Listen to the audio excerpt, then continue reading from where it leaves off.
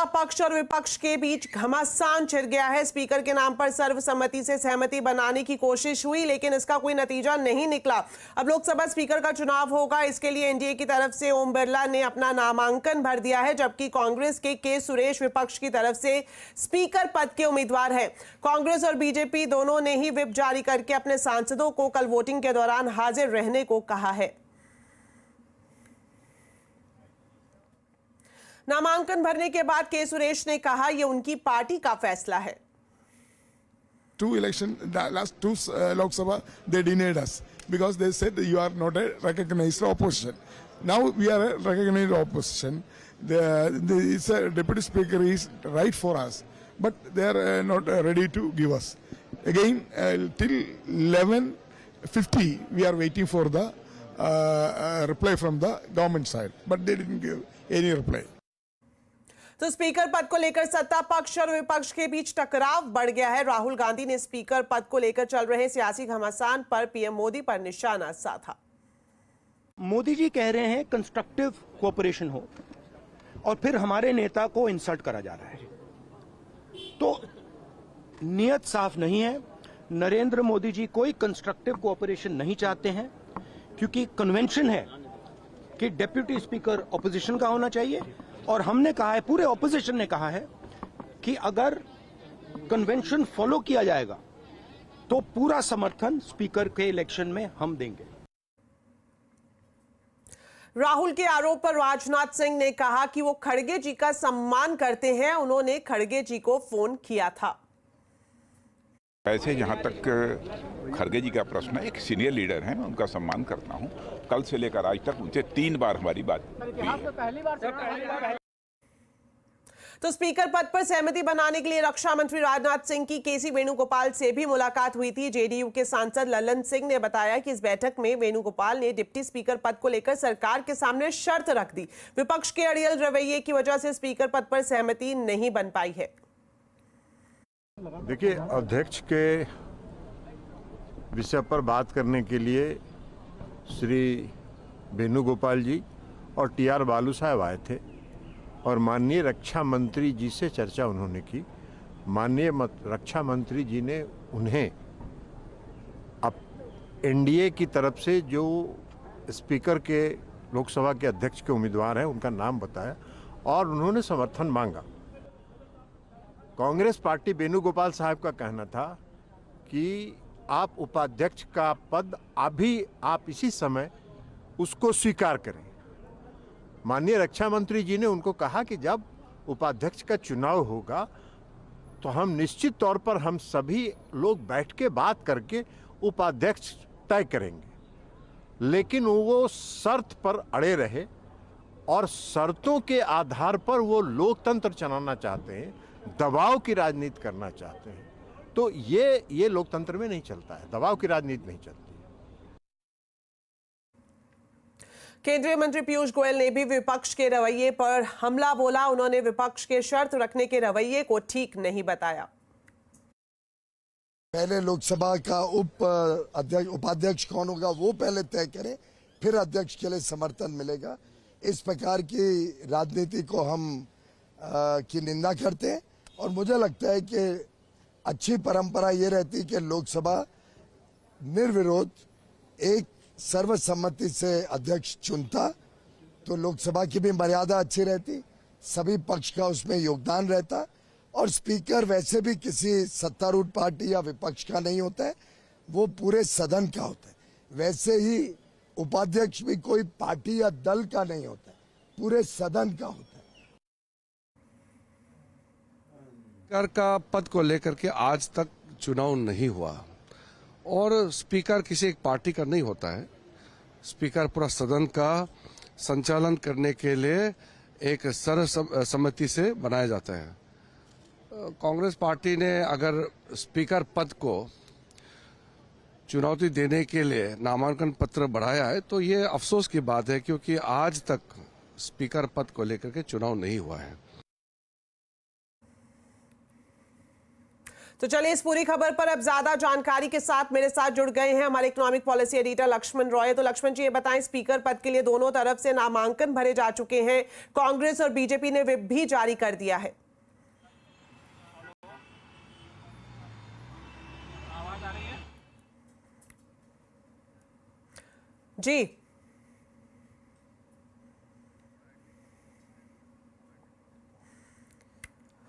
तो लगातार सियासी घमासान देखने को मिल रहा है इंडिया गठबंधन और बीजेपी के बीच, और इसी दौरान कल चूंकि स्पीकर पद पर चुनाव होगा और इसी दौरान दोनों पार्टियों की तरफ से व्हिप जारी कर दिया गया है और सभी सांसदों को मौजूद रहने के लिए कहा गया है। तो इस बड़ी खबर पर अब सीधा जुड़ते हैं हमारे economic policy editor Lakshman Roy हमारे साथ जुड़ गए हैं। लक्ष्मण जी, आपसे जानना चाहेंगे कि स्पीकर पद को लेकर अब तक जो अपडेट है कि दोनों की तरफ से नामांकन भरे जा चुके हैं, कांग्रेस और बीजेपी ने व्हिप भी जारी कर दिया है। अब कल किस तरह से पूरा चुनाव आगे बढ़ता हुआ दिखाई देगा? देखिए, दरअसल लोकसभा स्पीकर के पद का चुनाव जितना आसान या फिर कहें कि गैर राजनीतिक दिख रहा था, उतना ही ज्यादा पेचीदा होता दिख रहा है, क्योंकि सुबह से ये चल रही थी कि बात कि विपक्ष और सरकार के बीच में आम सहमति बनेगी, लेकिन कुछ घंटे बाद 12 बजे के नॉमिनेशन फाइल करने से पहले आम सहमति बनने की तमाम कोशिशें नाकाम हो गई और कांग्रेस सरकार की तरफ से ओम बिरला को फिर से अध्यक्ष पद के लिए, लोकसभा स्पीकर पद के लिए नामांकन भर दिया गया। उधर विपक्ष ने खुद अपनी तरफ से के सुरेश ने नामांकन भर दिया। अब सबकी निगाह इस बात पर टिकी कल क्या होगा। कल इसलिए महत्वपूर्ण है क्योंकि कल जब 11 बजे से चुनाव प्रक्रिया शुरू होगी तो 2 प्रस्ताव रखे जाएंगे, एक ओम बिरला के नाम का, एक के सुरेश के नाम का। चूंकि बहुमत एनडीए के पक्ष में है तो ओम बिरला का स्पीकर चुना जाना लगभग तय है, लेकिन चुनौती यहां पे सबसे बड़ी यह है कि कांग्रेस क्या अपने पक्ष में सभी सहयोगी दलों से अपने स्पीकर पद के उम्मीदवार के पक्ष में वोट दिलवा पाती है कि नहीं दिलवा पाती है। क्योंकि के सुरेश के नाम के फाइनल करने से पहले कांग्रेस पर आरोप यह है कि सभी सहयोगी दलों से उन्होंने बातचीत नहीं, कुछ एक से बातचीत की।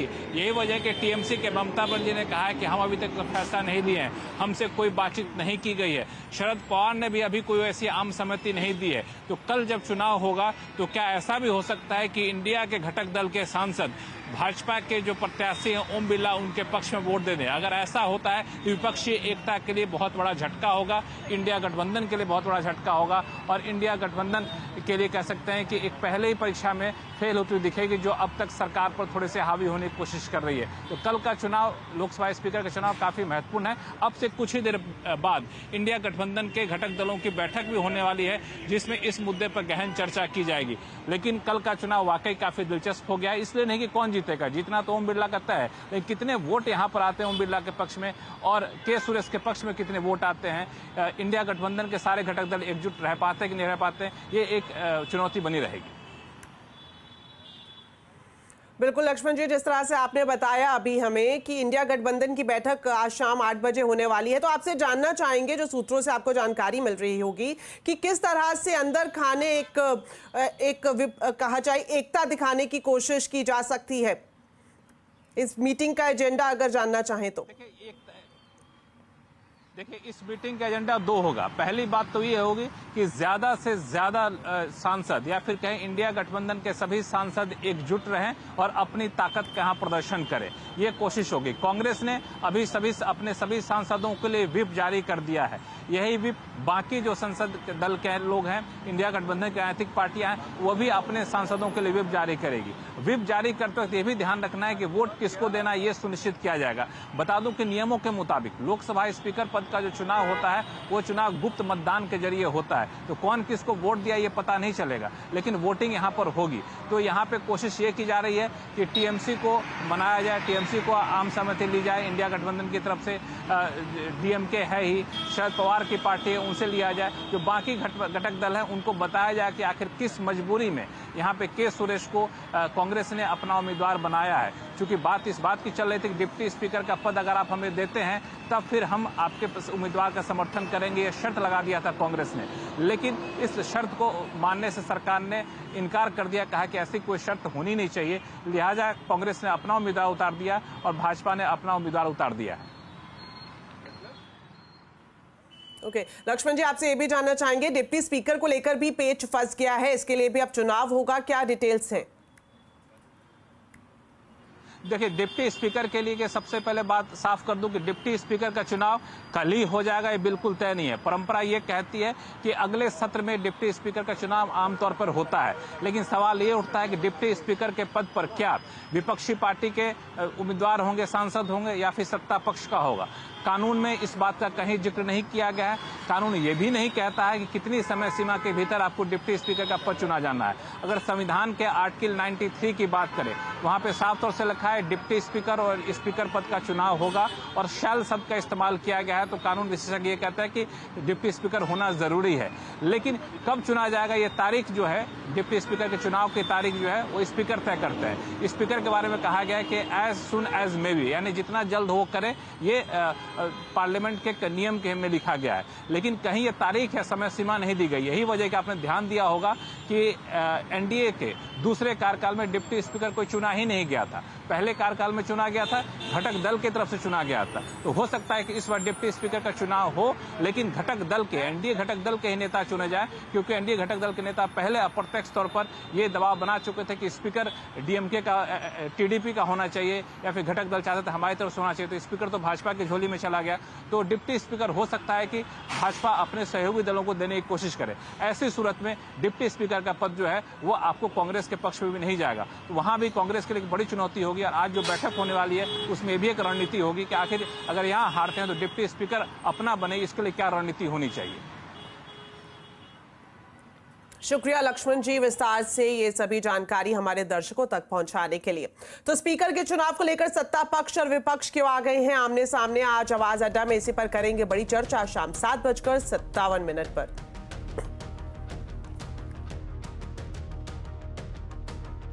दिल्ली के मुख्यमंत्री अरविंद केजरीवाल अभी जेल में ही रहेंगे। दिल्ली हाईकोर्ट ने राउज एवेन्यू कोर्ट की जमानत देने के फैसले पर रोक लगा दी है। कोर्ट का कहना है कि ट्रायल कोर्ट ने बिना तथ्यों पर ध्यान दिए जमानत दी। डिटेल्स लेते हैं असीम मनचंदा से। तो असीम, बताएं, अरविंद केजरीवाल को दिल्ली हाईकोर्ट से झटका लगा है, उनको अभी जेल में ही रहना होगा। शराब घोटाले में आरोपी दिल्ली के मुख्यमंत्री अरविंद केजरीवाल 21 मार्च से ही ईडी की कस्टडी में हैं। 20 जून को राउज एवेन्यू कोर्ट ने उन्हें जमानत दे दी थी। इस जमानत के खिलाफ ईडी ने दिल्ली हाई कोर्ट में याचिका दायर की थी। ईडी जो दिल्ली हाई कोर्ट है उसने दोनों पक्षों की दलील सुनने के बाद शुक्रवार को जमानत याचिका पर अपना फैसला सुरक्षित रख लिया था।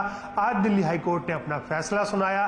दिल्ली हाई कोर्ट ने उनको जमानत देने से इनकार कर दिया, राहत देने से अरविंद केजरीवाल को इनकार कर दिया। दिल्ली हाई कोर्ट ने कहा कि ट्रायल कोर्ट ने अपने आदेश में लिखा है कि ईडी के द्वारा सौंपे गए जितने भी दस्तावेज हैं उनको कंसीडर नहीं किया गया। दूसरा, पीएमएलए के सेक्शन 45 के तहत जमानत देने की जो कंडीशंस हैं उनको एड्रेस नहीं किया गया। ऐसे में अरविंद केजरीवाल को राहत नहीं दी जा सकती है। तो दिल्ली हाई कोर्ट ने अरविंद केजरीवाल की जमानत को स्टे कर दिया, यानी कि अब अरविंद केजरीवाल को जेल के अंदर ही रहना होगा। अब अरविंद केजरीवाल जल्दी ही सुप्रीम कोर्ट का रुख कर सकते हैं। शुक्रिया असीम इस पूरी जानकारी के लिए। प्रधानमंत्री नरेंद्र मोदी ने देश में आपातकाल के 49 साल पूरे होने पर सोशल मीडिया प्लेटफॉर्म एक्स पर पोस्ट करके कांग्रेस पर हमला बोला है। उन्होंने लिखा कि आज का दिन उन सभी महान पुरुषों और महिलाओं को श्रद्धांजलि देने का दिन है जिन्होंने आपातकाल का विरोध किया। इमरजेंसी का वो काला दिन याद दिलाता है कि कैसे कांग्रेस पार्टी ने बुनियादी स्वतंत्रताओं को खत्म किया और भारत के संविधान को रौंद दिया, जिसका हर भारतीय बहुत सम्मान करता है। बीजेपी अध्यक्ष जेपी नड्डा ने भी आपातकाल को लेकर कांग्रेस पर हमला किया। अब आप देखिए, आज ये बहुत बड़े प्रजातंत्र की दुहाई देने की बात करते हैं, संविधान की बात करते हैं और संविधान की रक्षा के ये बड़े रक्षक हैं। कांग्रेस पार्टी ने 90 बार चुनी हुई सरकारों को गिराया है, 90 टाइम्स। ये प्रजातंत्र की रक्षा करेंगे? 90 बार चुनी हुई सरकारें गिराई हैं। सांसदों की शपथ के दौरान आज एक कंट्रोवर्सी खड़ी हो गई। एआईएमआईएम नेता असुद्दीन ओवैसी ने सांसद पद की शपथ लेने के बाद जय भीम जय तेलंगाना के साथ साथ जय फिलिस्तीन का नारा लगा दिया। इसके बाद संसद में हंगामा शुरू हो गया। जय भीम जय तेलंगाना जय फलस्तीन तकबीर अल्लाहु अकबर। वहीं आज संसद में राहुल गांधी और अखिलेश यादव ने संविधान को हाथ में लेकर शपथ ली। राहुल गांधी ने लाल, अखिलेश यादव ने नीले रंग की संविधान की प्रति लेकर शपथ ली। राहुल गांधी ने शपथ लेने के बाद जय हिंद जय संविधान का नारा भी लगाया। श्रद्धा और निष्ठा रखूंगा। मैं भारत की I, Rahul Gandhi, having been elected. चलिए अब बात करते हैं शेयर बाजार की। शेयर बाजार ने एक बार फिर से नए आयाम छू लिए हैं। फिन निफ्टी एक्सपायरी के दिन बाजार फुलजोश में रहा। सेंसेक्स, निफ्टी बैंक नए शिखर पर बंद हुए। सेंसेक्स पहली बार 78,000 के पार पहुंचा तो निफ्टी 183 पॉइंट चढ़कर 23,721 पर बंद हुआ। वहीं दूसरी ओर निफ्टी बैंक 902 पॉइंट चढ़कर 52,606 पर बंद हुआ। तो डिटेल्स लेते हैं सुमित मेहरोत्रा से। तो सुमित, बताएं आज बाजार की बड़ी बातें क्या रही? देखिए आज रिकॉर्ड स्तरों पर जाके कहीं सेंसेक्स, निफ्टी बैंक आज बंद होते हुए दिखाई पड़े और एक बढ़िया तेजी रही तमाम तीनों इंडिसेस के अंदर। और जो तेजी थी वो सिर्फ सेंट्रिक थी लार्ज कैप स्टॉक्स की तरफ ही, तभी मिड कैप स्मॉल कैप में उतना एक्शन नहीं था जितना फ्रंट लाइन इंडेक्स के अंदर देखने को मिला। एक बढ़िया तेजी रही एचडीएफसी बैंक में, एक्सिस बैंक में, आईसीआईसीआई बैंक में, जो कि आज पहली बार $100 बिलियन क्लब के पार पहुंचता हुआ दिखाई पड़ा और एक अच्छी तेजी वहां पर ही बनते हुए दिखाई पड़ी। मिड कैप में आज शुरुआती कारोबार में हायर लेवल्स बनाए, रिकॉर्ड बनाए, लेकिन वहां प्रॉफिट टेकिंग देखने को मिली। लेकिन जो बिकवाली थी वो खरीदारी थी बैंकिंग में, आईटी में, बिकवाली थी मेटल में, रियल्टी में, पीएसयू में, जहां पर कुछ हद तक बिकवाली का दौर बनता हुआ दिखाई पड़ा। लेकिन एक अच्छा सेशन जबकि लार्ज कैप ने एक्टिवली पार्टिसिपेट किया मार्केट में। सुमित, ये भी जानना चाहेंगे किन शेयर्स में एक्शन दिखा, कहां सबसे ज्यादा तेजी रही? देखिए सबसे बढ़िया एक्शन जो था वो था बैंकिंग स्पेस में और खास तौर से जो बढ़िया मूव देखने को मिला उसमें एनबीएफसी स्पेस ज्यादा पार्टिसिपेट कर रहा था, बैंक ज्यादा पार्टिसिपेट कर रहे थे। श्रीराम फाइनेंस 4% ऊपर, एक्सिस बैंक 3.5% ऊपर, आईसीआईसीआई बैंक 2.5% ऊपर और एचडीएफसी बैंक करीब 2.5% तेजी यहां बनते हुए दिखाई पड़ी। गिरने वाले शेयरों में बीपीसीएल लगातार दूसरा जबकि प्रेशर, आयशर मोटर 2% नीचे, पावर ग्रिड 1.5% नीचे और एशियन पेंट करीब 1.5% बिकवाली यहां बनते हुए दिखाई पड़ी। मिड कैप में बढ़ने वाले शेयरों में एलआईसी हाउसिंग फाइनेंस 4% ऊपर, पतंजलि 5% ऊपर, अपोलो टायर 4% ऊपर, एचडीएफसी एएमसी 3.5% तेजी यहां पर देखने को मिली। और गिरने वाले शेयरों में मैक्रोटेक डेवलपर 4.5% नीचे, ओबरॉय 4% नीचे, जेएसडब्ल्यू एनर्जी 3.5% नीचे और प्रेस्टीज 3.5% नीचे, यानी कि 4 में से जो 3 नाम थे वो करीब रियल एस्टेट स्पेस से ही आते हुए दिखाई पड़े। शुक्रिया सुमित इस पूरे मार्केट अपडेट के लिए। तो बजट के बाद बाजार का नजरिया बदलने की उम्मीद है, ये कहना है पैसिफिक पैराडाइम एडवाइजर्स की फाउंडिंग पार्टनर पुनीता कुमार सिन्हा का। वहीं साथ ही पुनीता ने केमिकल्स, आईटी सेक्टर से लेकर प्राइवेट सेक्टर बैंक में निवेश की रणनीति पर सलाह दी है। हो सकता है मार्केट का जो नजरिया है बजट के बाद थोड़ा बदल जाए, पर अभी तक जैसे कि आप देख रहे हैं ग्लोबल क्यूज भी करीब अनचेंज्ड ही चल रहे हैं, जैसे कि इलेक्शन रिजल्ट से पहले थे। और सब ध्यान इन्फ्लेशन, इंटरेस्ट रेट्स पर ही बना हुआ है सब जगह वर्ल्ड में। अगर आप देखें मोमेंटम तो अभी केमिकल्स में है, मोमेंटम आईटी में तो अभी नहीं है, पर मेरे ख्याल से वैल्यू है आईटी में।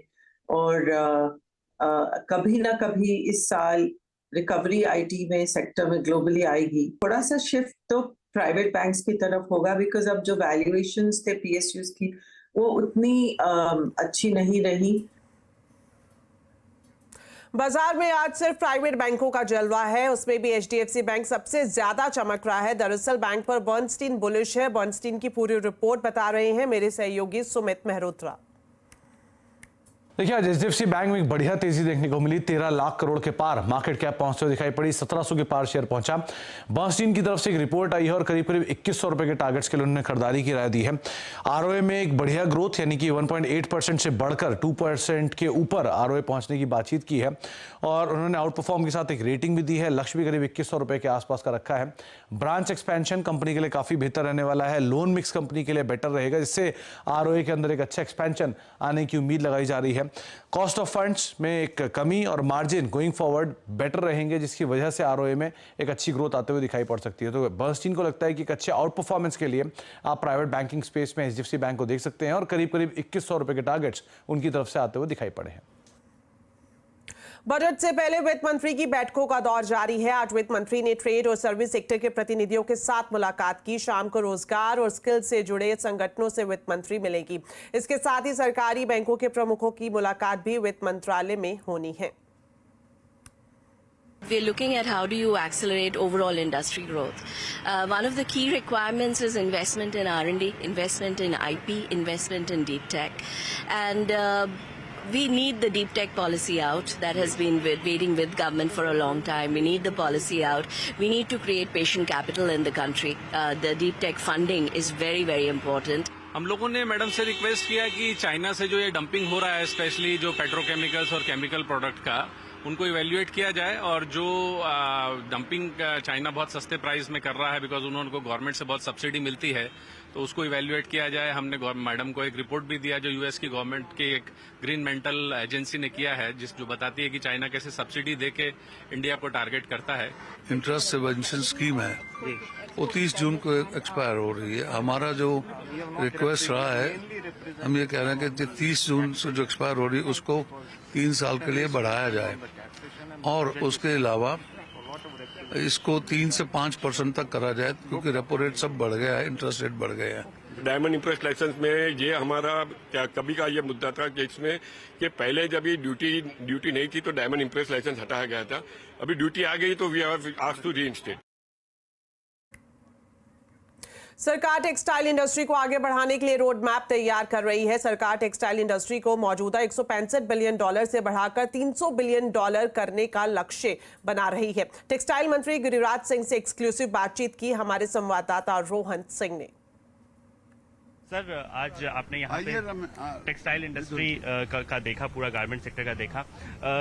जो इंडस्ट्री से आपकी बात हो रही है, आपकी प्राथमिकताएं क्या होंगी, किन चीजों पर फोकस होने जा रहा है आने वाले कुछ दिनों में? देखिए, देश के अंदर जब गारमेंट बनता है ये एंड प्रोडक्ट है, तो स्वाभाविक है फैब्रिक की जरूरत होती है। फैब्रिक की जरूरत होती है तो फिर यार्न की जरूरत होती है। यार्न की जरूरत होती है तो फाइबर की जरूरत होती है, चाहे मेड में मैन फाइबर हो चाहे नेचुरल फाइबर हो। तो हमें गारमेंट इंडस्ट्री के साथ मिलकर के जो भारत का टेक्सटाइल फ्रेम है अभी $165 बिलियन का, वो $350 बिलियन पर ले जाना है 2030 तक। और जब 2030 तक हम इसे ले जाने का एक रोड मैप बना रहे हैं तो स्वाभाविक है 4.5 करोड़ से हम उठा के 10 करोड़ पर एम्प्लॉयमेंट को ले जाएंगे। सर, जो कार्बन फुटप्रिंट की बात कर रहे हैं, कार्बन टेक्सटाइल की बात कर रहे हैं, जियो टेक्सटाइल की बात कर रहे हैं, उस पर कितना फोकस होने जा रहा है हमारा? उसका फोकस यही है कि 2014 में हमारे यहाँ ये टेक्निकल टेक्सटाइल का कोई काम नहीं था। 10 के बाद हम अभी $3 बिलियन का एक्सपोर्ट हमने किया है और उम्मीद है कि अगले हम 3 गुना $8-9 बिलियन पे हम जाएंगे। सर, एक आखिरी सवाल पूछना चाहूंगा। सर, बजट आने वाला है, उम्मीद करें कि इस इंडस्ट्री को भी काफी कुछ मिलेगा। चिंता न करें, भारत के प्रधानमंत्री जब PLI लाए हों, जब PM मित्रा ऐसा क्लस्टर हो 1000 एकड़ का जिसमें एंड टू एंड सोल्यूशन हो, तो स्वाभाविक है बजट के पहले ही ऐसी योजना लाए हुए हैं। पुणे कार एक्सीडेंट मामले में नाबालिग को बॉम्बे हाईकोर्ट ने जमानत दे दी है। साथ ही बाल सुधार गृह से आरोपी को तुरंत रिहा करने का भी आदेश दिया गया है। कोर्ट ने कहा कि हमें आरोपी के साथ वैसे ही पेश आना होगा जैसे हम कानून का उल्लंघन करने वाले किसी और बच्चे के साथ पेश आते हैं। बता दें कि 18 मई की रात को पुणे में आरोपी ने नशे में बाइक को टक्कर मारी थी और बाइक सवार युवक युवती की मौके पर ही मौत हो गई थी। हादसे के समय नाबालिग नशे में था, जिसके बाद उसे 22 मई को बाल सुधार गृह भेजा गया था। पूरी दुनिया में असली के बदले लेबोरेटरी में बने लैब ग्रोन डायमंड का बोलबाला है। भारत में ये कारोबार भी तेजी से बढ़ रहा है, लेकिन इस साल इसकी एक्सपोर्ट घट गई है। ऐसे में भारत के लैब ग्रोन हीरो की चमक फीकी पड़ती दिखाई दे रही है। ऐसा क्यों हो रहा है, देखिए संवाददाता केतन जोशी की ये रिपोर्ट।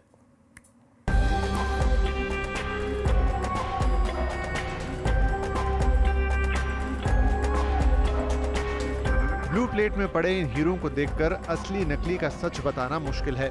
नेचुरल डायमंड के बाद सिंथेटिक हीरे यानी कि लैब ग्रोन डायमंड ने भारत में अपनी जगह बनाई है, लेकिन अब विदेशों से मिल रही चुनौती से भारत में इसकी ग्रोथ की रफ्तार सुस्त पड़ रही है। सरकार से सिफारिश ऐसी है कि लैब ग्रोन डायमंड इंडिया में बनने में 7-8 दिन लगता है और कोरिया में 15-20 मिनट में लैब ग्रोन डायमंड तैयार हो जाता है। तो हमारा देश वाले उसके साथ टाइप करें तो लाखों रोजगारी बढ़ जाएगी, धंधा और बढ़ेगा। पूरी दुनिया में लैब ग्रोन डायमंड की डिमांड तेजी से बढ़ रही है क्योंकि असली हीरे बहुत महंगे हैं और भारत में भी यह असली डायमंड का एक ऑप्शन बनकर उभरा है। ये लैब ग्रोन डायमंड और नेचुरल डायमंड में कोई अंतर नहीं है, दोनों एकदम सिमिलर हो गए हैं। टेक्नोलॉजी इतनी अच्छी हो गई है कि कोई डायमंड में फर्क नहीं पड़ा सकता। सेकेंड है, इसके प्राइस में काफ़ी अंतर है।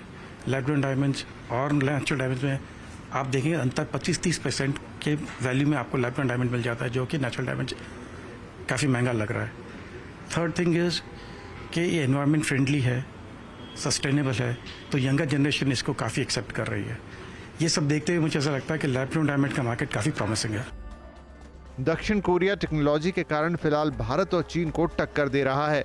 ऐसे में भी भारत को इस क्षेत्र में नई तकनीक की जरूरत है ताकि भारत भी लैब ग्रोन डायमंड का किंग बन सके। सिर्फ डायमंड सेक्टर में ही नहीं, लेकिन हर क्षेत्र में अगर सरकार टेक्नोलॉजी के ऊपर खर्च करेगी तो लाखों नए रोजगार का निर्माण हर साल तो होगा ही, साथ ही साथ हम इंटरनेशनल मार्केट में भी अपना रुतबा कायम रख पाएंगे। केतन जोशी, अहमदाबाद। अफगानिस्तान की टीम ने आज वेस्ट इंडीज के सेंट विंसेंट स्टेडियम में इतिहास रच दिया। अफगानिस्तान ने बांग्लादेश को 8 रन से हराकर इतिहास में पहली बार किसी आईसीसी टूर्नामेंट के सेमीफाइनल में जगह बना ली है। वहीं अफगानिस्तान की जीत के साथ ही ऑस्ट्रेलिया वर्ल्ड कप से बाहर हो गई है और 27 जून को सेमीफाइनल में अफगानिस्तान का मुकाबला साउथ अफ्रीका से होगा। उसी दिन टीम इंडिया रात 8 बजे इंग्लैंड से सेमीफाइनल खेलेगी। 19 नवंबर को वर्ल्ड कप फाइनल में मिली हार का बदला टीम इंडिया ने आखिरकार ले लिया। सोमवार को इंडिया ने ऑस्ट्रेलिया को धूल चटा दी। भारत ने पहले बल्लेबाजी की और 205 रन का टारगेट रखा। रोहित शर्मा ने 92 रन की शानदार पारी खेली। इसके बाद बुमराह और कुलदीप ने कमाल की गेंदबाजी करते हुए ऑस्ट्रेलिया को 181 रन पर ही रोक दिया। ऑस्ट्रेलिया को भारत ने 24 रन से मात दी है। अब 27 जून को भारत इंग्लैंड के साथ सेमीफाइनल खेलेगा। तो बुलेटिन में फिलहाल इतना ही। आप खबरों पर अपडेट रहे, CNBC आवाज से जुड़े रहे हमारे सोशल मीडिया हैंडल्स के जरिए। नमस्कार।